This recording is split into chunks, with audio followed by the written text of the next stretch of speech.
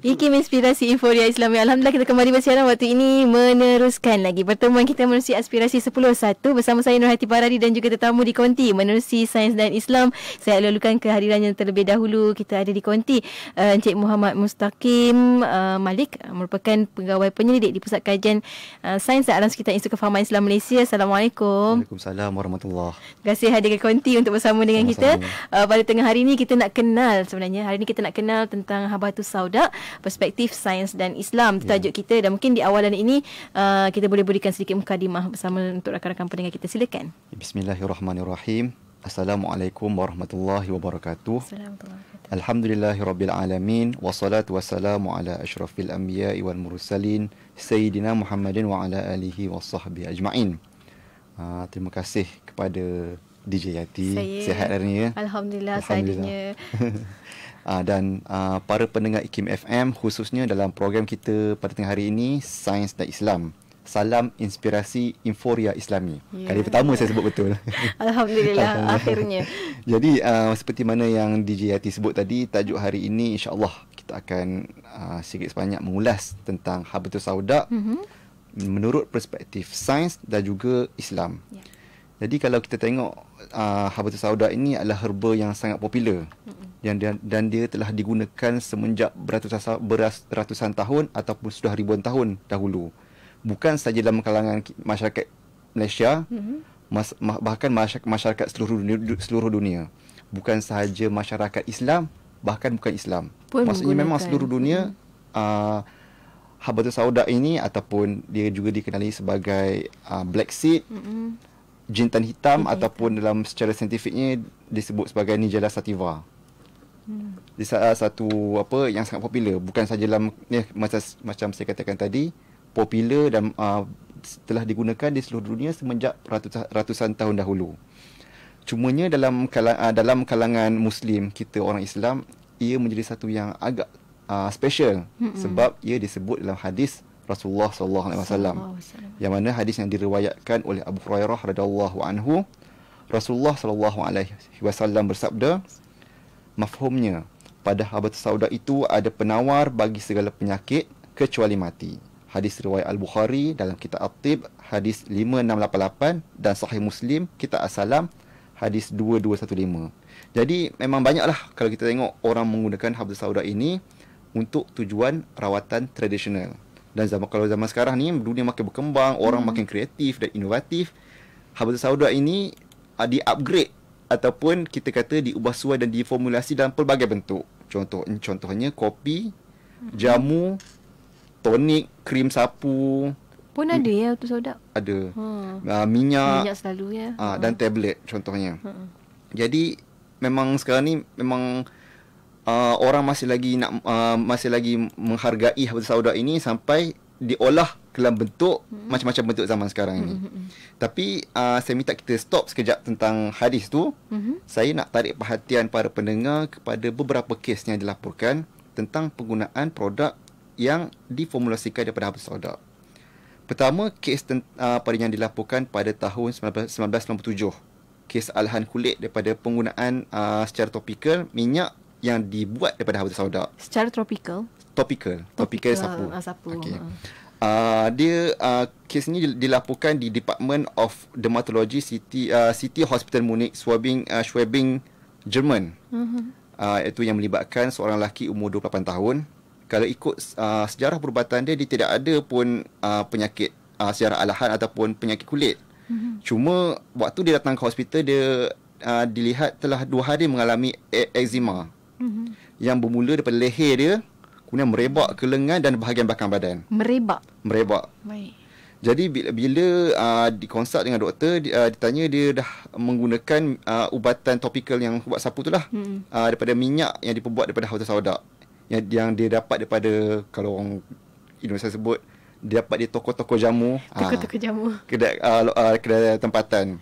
Jadi bila dia beli itu sebab dipasarkan minyak itu berfungsi untuk menyelesaikan masalah kulit, masalah bengkak, jerawat, eczema, skabis dan macam-macam penyakit kulit. Namun berdasarkan hasil ujian yang dibuat di hospital menunjukkan bahawa memang minyak habis sauda yang digunakan itu menyebabkan iritasi kepada kulit pesakit tu. Itu kes yang pertama. Kes yang kedua berlaku pada tahun 2002. Juga menyebabkan kes alahan disebabkan minyak habis sauda. Yang ni pun berlaku di Jerman, di Department of Dermatology, Frankfurt University Medical School, Germany. Yang mana seorang wanita 31 tahun memang ada eczema, cumanya bila dia datang tu dia bertambah teruk. Dia ada luka, nanah. Memang teruk lah. Jadi dia mengadu ada kegatalan yang teruk pada tangan dia. Jadi bila doktor cek, memang juga dia disebabkan oleh minyak habis sauda yang dia gunakan. Itu kes yang kedua. Yang ketiga yang terbaru tahun 2018. Ini yang berlaku di Arab Saudi, dilaporkan oleh King Abdul Aziz Medical City. Kalau macam dua kes yang awal tadi ialah disebabkan oleh kes alahan. Yang ini pun minyak habis sauda tapi sakit perut yang teruk sebab dia dah minum minyak habis sauda itu 10 gram sehari selama 3 minggu. Jadi ujian dalam ujian pengimejan tomografi komputer menunjukkan memang ada blockage pada beberapa saluran darah di bahagian abdomen dia. Dan memang berdasarkan kepada diagnosis doktor menunjukkan bahawa sememangnya itu adalah side effect kesan daripada high dose of black seed oil tadi. Pengambilan yang berlebihan. Dos berlebihan. Okey, kita patah balik kepada yang hadis yang kita letak tepi tadi, kita ambil balik. So jadi sekarang ni dia ada dua ekstrem yang berbeza. Ada kes side effect yang teruk, tapi pada masa yang sama hadis menyebut bahawa habatus sauda itu ubat segala penyakit. Jadi sekarang ni kita menjadi tanda tanya kepada kita sebagai orang Islam, adakah benar habatus sauda itu ubat segala penyakit? Betulkah hadis tu? Tapi takkanlah hadis yang disampaikan oleh Rasulullah salah. Maka sepatutnya kita ini yang perlu meluruskan ataupun membetulkan kembali kefahaman kita tentang apakah hakikat sebenar habatus sauda itu, sama ada yang dimaksudkan oleh Islam bagaimana, yang dimaksud oleh Nabi SAW macam mana, dan macam mana yang dimaksudkan dari sudut perspektif kesihatan. Ya, apa punca kepada perkara-perkara tersebut boleh berlaku pun kita kena tengok juga kan dari perspektif itu. Dan kita akan berhenti rehat seketika bagi sahabat-sahabat kita bertenang. InsyaAllah kita akan dapatkan jawapan selepas kita berhenti rehat seketika, apa sebenarnya yang berlaku sebenarnya berkenaan dengan habatus sauda dari perspektif sains dan juga Islam itu sendiri. InsyaAllah untuk anda rakan pendengar, jangan ke mana-mana, teruskan kesetiaan bersama kami. Tentunya hanya di Radio Institut Kefahaman Islam Malaysia untuk sains. Assalamualaikum junjungan Nabi Muhammad sallallahu alaihi wasallam. Alhamdulillah, waktu ini kita kembali bersiaran menerusi Sains dan Islam bersama dengan kita di Konti bersama dengan Encik Muhammad Mustaqim Malik, merupakan pegawai pendidik di Pusat Kajian Sains dan Alam Sekitar Institut Kefahaman Islam Malaysia. Sebut tentang habatus sauda tadi dengan kes-kes yang disebutkan dalam mukadimah, semua orang macam, betul ke hari-hari dah ambil dah ni? Macam ni boleh change dan sebagainya. Tenang, insyaAllah kita akan kongsikan seperti mana yang tadi dikatakan, dah bawakan juga hadis bagaimana berita tentang habatus sauda itu penawar segala penyakit. Tapi kat situ lah kan dalam persoalannya, apa yang dimaksudkan dengan hadis tersebut sebenarnya? Apabila kita berinteraksi dengan hadis Rasulullah SAW, adabnya ialah kita kena merujuk kepada huraian dia, kerana kadang-kadang kita tak dapat nak faham sesuatu lafaz yang dia ungkapkan oleh Rasulullah itu secara direct macam tu. Kita baca itu tak semestinya kita faham maksudnya. Maka kita kena merujuk kepada tulisan-tulisan ulama, syarah-syarah ulama. Kerana kadang-kadang bila terjemah kepada bahasa Melayu, kaedah bahasa Melayu tidak sama dengan kaedah bahasa Arab. Kalau kita kata semua dalam bahasa Melayu, tak sepertinya sama dengan semua dalam bahasa Arab. Betul. Jadi sebagai Muslim yang beradab dengan sunnah Rasulullah, sepatutnya kita kena merujuk kepada huraian para ulama itu sendiri. Jadi dalam isu habatus sauda ini, pertama kita kena faham bahawa apabila diungkapkan habatus sauda itu penawar segala penyakit, pertama kena tengok dari sudut habatus sauda itu sememangnya mempunyai banyak manfaat dalam mengubati banyak penyakit.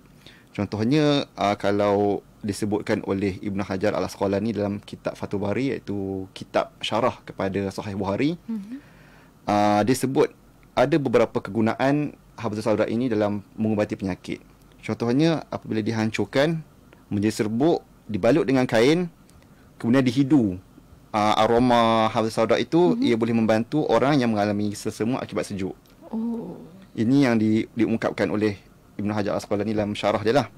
Yang kedua, selain itu juga turut disebutkan bahawa sekiranya habbatus sauda itu dimasak bersama-sama cuka, kemudian digunakan untuk berkumur, dapat melegakan sakit gigi ataupun sakit gusi.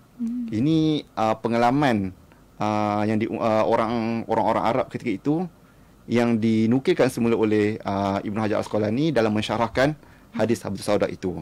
Namun memang kita kata banyak kegunaan habbatus sauda itu, tapi kena hati-hati, ia bukanlah bermaksud dia penawar segala jenis penyakit yang ada di dunia ini. Kerana kita apabila menafsirkan sesuatu hadis itu, kita perlu menggunakan kaedah yang betul. Kerana ada kaedah dalam usul fiqh yang mentafsirkan lafaz-lafaz ini dengan kaedah-kaedah tertentu. Contohnya dalam kes habbatus sauda ini yang dimaksudkan dengan kullu ataupun segala jenis penyakit itu, menurut Imam Ibn Al-Jauzi, dia kata sebahagian ulama mengatakan lafaz kullu atau semua penyakit itu adalah lafaz umum yang membawa maksud khusus. Apa maksudnya itu kan? Umum ke khusus ni? Umum ke khusus. Sebab itulah saya kata dari awal tadi, kaedah bahasa Melayu dengan bahasa Arab ia tidak sama. Kalau hadis itu diungkapkan bahasa Arab, sepatutnya kita kena merujuk kepada kaedah yang ada dalam bahasa Arab.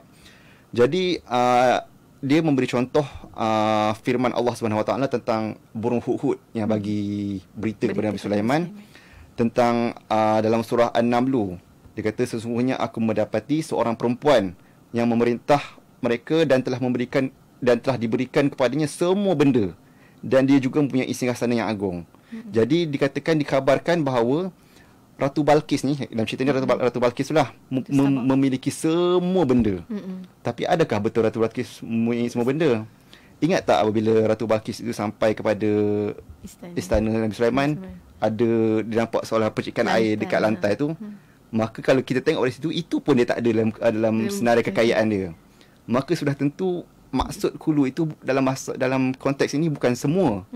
Tetapi ialah lafaz yang menunjukkan bahawa dia mempunyai kemewahan yang cukup untuk dia memerintah dia punya kerajaan tu, kalau mengikut kepada tafsir Ibn Katsir. Ia juga membawa maksud satu lafaz mubalaghah. Mubalaghah tu maksudnya hyperbola. Dia sebenarnya nak kata hebatnya dia tu, dia mempunyai semua benda. Tapi bukanlah maksud dia semua benda. Nak kata dia hebat. Samalah macam dalam hadis ini, dikatakan semua penawar semua penyakit itu kerana kemampuan habbatus sauda itu merawat pelbagai penyakit. Dan memang inilah yang disebut oleh Ibn Hajar Al-Asqalani bahawa penawar segala penyakit itu memang adalah lafaz umum yang membawa maksud khusus. Dan kata Imam Al-Khattabi yang dinukilkan oleh Ibn Hajar Al-Asqalani tadi, itu adalah maksud yang sesuai. Sebab tak ada satu pun tumbuhan dalam dunia ini yang terkandung dalamnya semua manfaat. Kalau ada satu je tumbuhan, semua benda dalam tu orang guna tu je. Orang guna itu saja.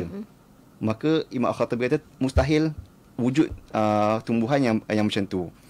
Oleh itu, apa maksud penawar segala penyakit dalam konteks hadis ini? Jadi mereka, para ulama, mentafsirkan bahawa penawar segala penyakit itu adalah penawar kepada penyakit yang sesuai diubati dengannya.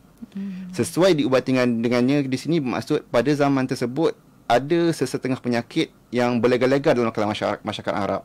Dan penyakit-penyakit itu adalah penyakit-penyakit yang disebabkan oleh cuaca sejuk. Dan sifat habbatus sauda ini adalah dia panas. Dia berlawanan dengan penyakit sejuk itu. Dia mampu untuk melawan ataupun menyembuhkan penyakit-penyakit yang bersifat sejuk. Jadi kalau kita tengok pengkhususan itu mengubati penyakit yang sejuk tapi tidak berkesan untuk penyakit yang panas, menunjukkan bukanlah sama kefahaman yang kita faham selama ini. Semua itu adalah tidak tepat. Jadi kerana itulah kalau kita boleh tengok di sini, habbatus sauda itu sepatutnya perlu difahami dari sudut konteks maksud lafaz itu sendiri. Dan saya kira selama ini kefahaman literal yang kita pakai adalah kefahaman yang tidak tepat. Dan sepatutnya sekiranya kita ingin menggunakan habbatus sauda itu untuk mengubati penyakit, bukanlah maksudnya kita ambil habbatus sauda itu, okey, insya-Allah apa-apa penyakit pun boleh diubati dengan itu adalah fahaman yang tidak tepat. Sepatutnya ia digunakan dengan cara yang betul untuk mengubati penyakit yang betul. Dia kena ada kesesuaiannya. Ada kesesuaiannya. Alhamdulillah, hari ini pencerahan sangat baik berbincang tentang Habatus Sauda, penawar segala penyakit jintan hitam. Itu memang sangat istimewa, tapi kena faham sungguh-sungguh, jangan faham literal saja kan, insya-Allah. Cumanya macam mana kita melihat Habatus Sauda juga pula dari sudut sains dan juga kesihatan sebenarnya? Okey, baik.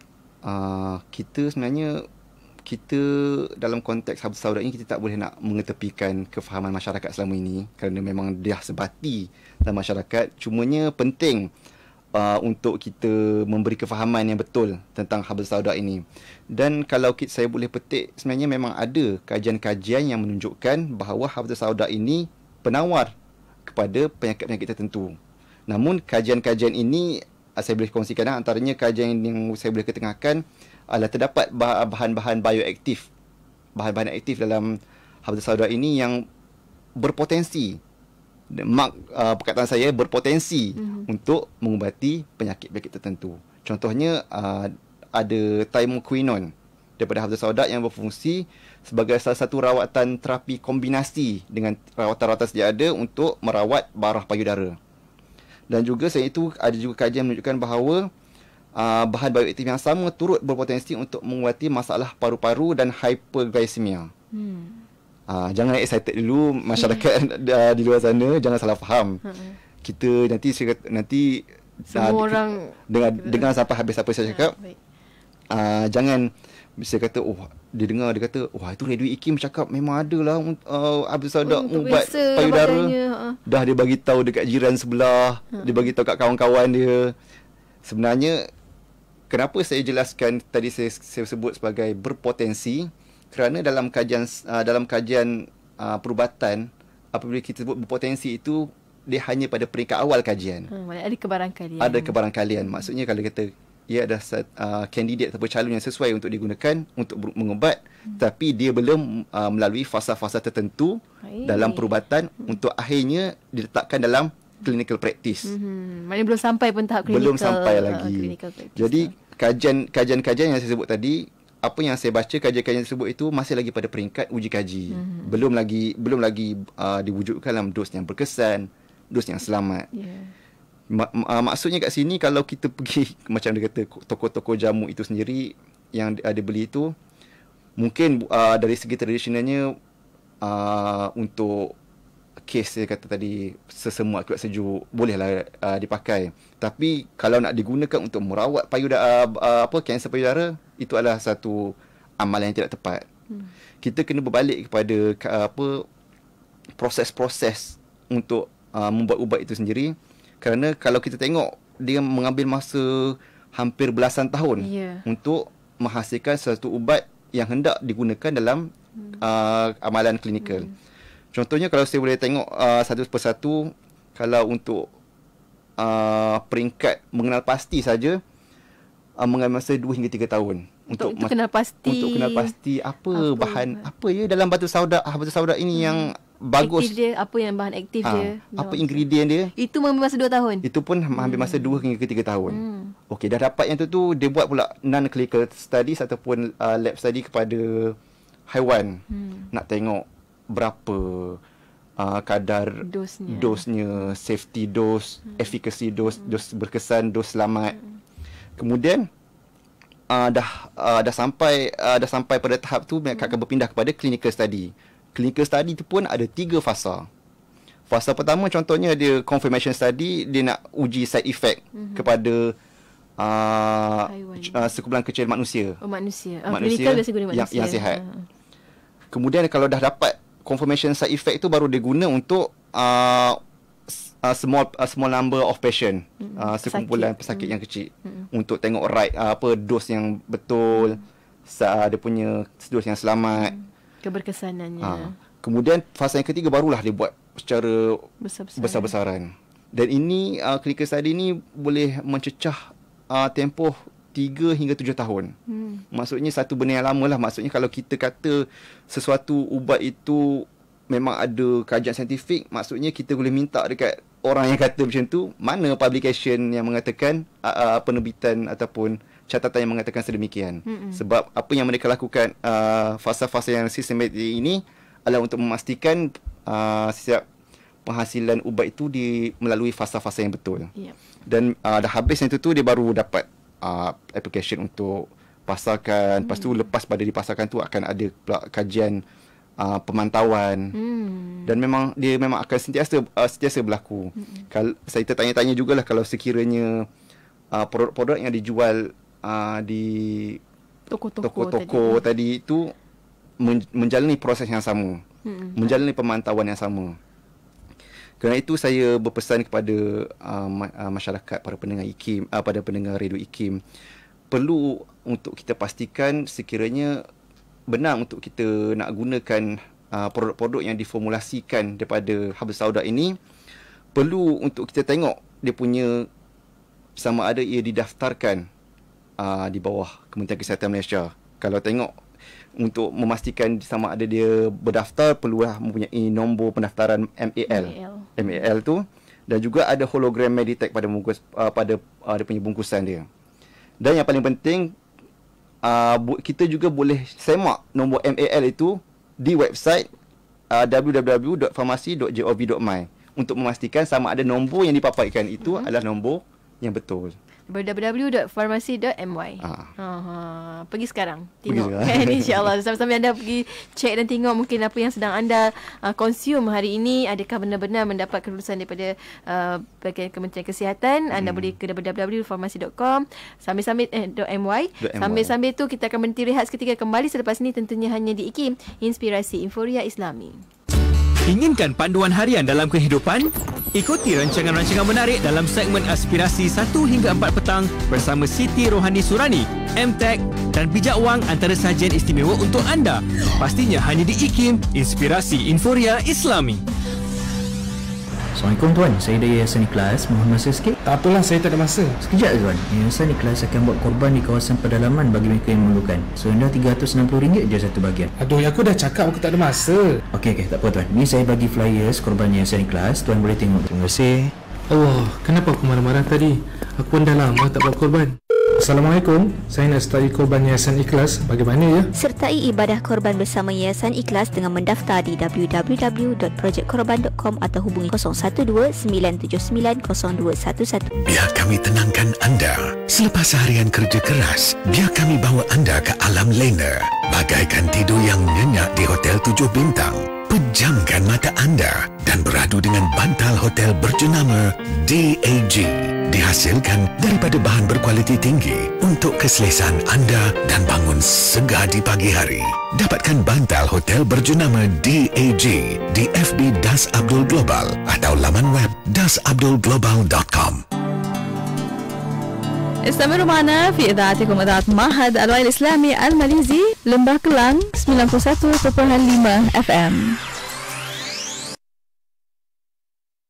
IKIM Inspirasi Inforia Islami. Kita kembali bersiaran waktu ini meneruskan lagi minit-minit terakhir, jam-jam terakhir kan, minit-minit terakhir bersama dengan Encik Muhammad Mustaqim Malik, yang merupakan pegawai pendidik di Pusat Kajian Sains dan Alam Sekitar Institut Kefahaman Islam Malaysia.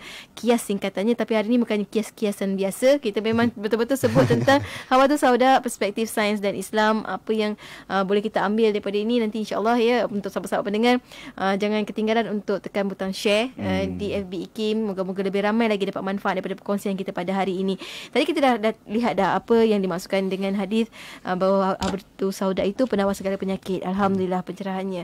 Dan juga kita dah tahu dah menurut kajian sains dan kesihatan bagaimana satu-satu produk ataupun satu-satu ubat yang keluar daripada yang mengandungi Hawadus Sauda keluar daripada farmasi ataupun yang keluar kepada farmasi yang boleh sampai pada consumer kan. Ada stage-stage mereka taklah terus-terus dikeluarkan, mengambil masa yang sangat lama untuk penyelidikan dan sebagainya. Cuma sebagai seorang Muslim, kita ni semua kan, bagaimana adab yang terbaik untuk kita amalkan apabila berkaitan dengan berubat ini sendiri sebenarnya? Okay. Adab ataupun akhlak dalam berubat ini bukan sahaja dalam konteks Hawadus Sauda, tapi dalam semua jenis ubat ataupun masalah penyakit yang kita hadapi.